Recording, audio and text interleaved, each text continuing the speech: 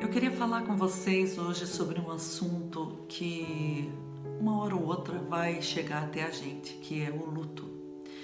Quando nós pensamos em luto, a gente pensa que é, no caso, uma perda de uma pessoa muito querida, alguém da família, uma pessoa querida que a gente perdeu porque essa pessoa faleceu. Mas o luto ele está presente no nosso dia a dia muito mais forte do que isso. Uma pessoa pode passar por um luto no sentido da perda de um relacionamento, de algo que gostava muito, de um emprego. E se a pessoa não souber lidar bem com isso, a pessoa pode acabar se estagnando num dos processos do luto, numa das fases do luto. E é sobre essas fases que eu quero falar com você hoje, tá? Existem 5 fases do luto. A primeira fase é a negação, a segunda fase é a raiva, a terceira fase é a barganha, a quarta fase é a depressão e a quinta fase é a aceitação, tá? Quando a gente perde alguém, eu vou usar aqui o luto no sentido que o senso comum conhece por luto, no sentido da perda de alguém, tá? Mas como eu já falei, isso pode ser perda de relacionamento ou um serviço, enfim, algo que você estimava muito e perdeu. Quando você passa por um processo de luto, que você perde alguém, a primeira coisa que vem na tua mente é você negar aquilo.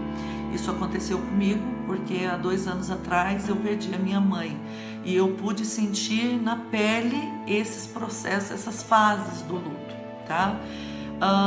Logo que perdi a minha mãe, o meu cérebro não estava acostumado a não ter mãe. Então era muito comum eu fazer alguma coisa na minha casa e pensar, eu vou contar para a mãe, eu vou lá levar para a mãe, porque eu negava, na verdade, que eu tivesse perdido a minha mãe.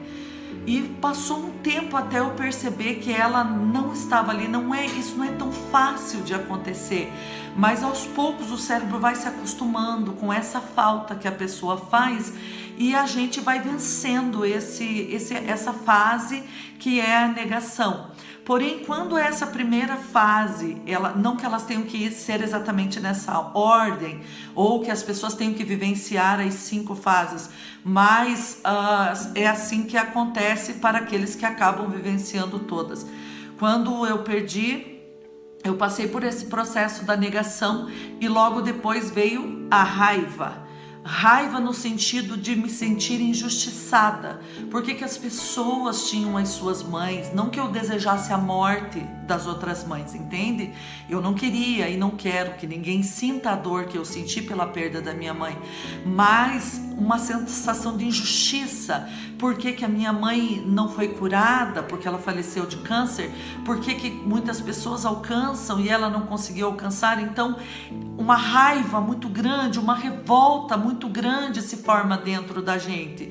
E eu quero que você saiba, eu sou psicóloga, mas eu sou humana e quando a dor bate, ela não escolhe profissão. É importante que as pessoas se deem conta disso, de que nós somos humanos, nós não somos de ferro. Então nós somos passíveis de passar por situações assim. Logo depois da raiva veio a barganha. A barganha é quando a pessoa tenta negociar, muitos negociam com Deus. Se essa dor sair de dentro de mim, eu prometo que eu vou fazer tal coisa, a partir de hoje eu vou ser melhor. Ou uma sensação de culpa pode vir sobre a pessoa, eu não fui tão bom para minha mãe, ou para o meu pai, ou para alguém que perdeu, a partir de agora eu quero ser melhor. Então vive-se esse processo da barganha. Depois da barganha vem a depressão, que é quando a pessoa ela entra num mundo interior, ela se isola, ela vive para ela e ela não quer contato com esse mundo externo. Eu passei um tempo assim, eu não queria conversar com ninguém, eu não queria sair, eu não queria ver ninguém, eu estava ali presa dentro da minha dor.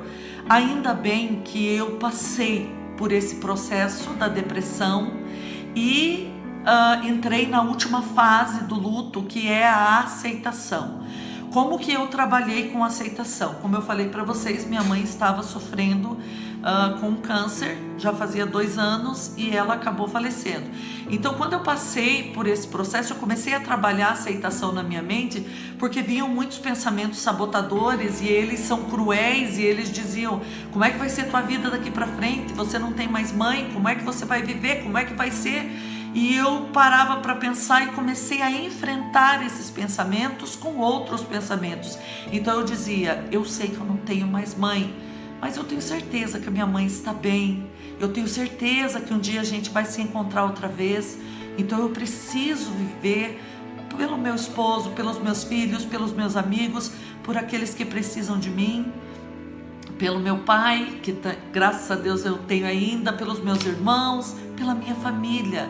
Eu preciso aceitar essa perda e recomeçar, reconstruir a minha existência sem a minha mãe.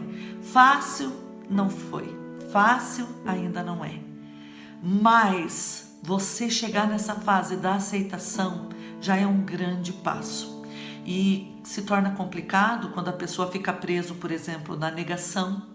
Ela não aceita que a pessoa morreu, que a pessoa foi embora, aí o quarto continua intacto, as roupas continuam intactas, ou a pessoa entra num processo de raiva, se revolta e não sai dali, não sai dessa fase, aí tá com raiva de tudo e de todos, não aprecia mais a família, não vive mais, vive numa situação na fase da barganha, só negociando, não se autodefine, ou a pessoa entra em depressão, se isola do mundo, a família não consegue tirar essa pessoa desse estágio.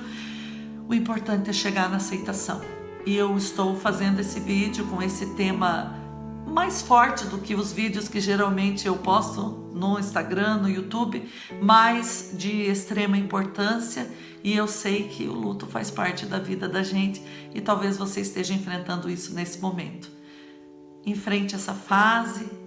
Eu estou aqui, se você precisar de um ombro amigo, de uma palavra amiga, deixa seu comentário aí, eu tenho uma palavra para você, tá bom? Um beijo, fique com Deus.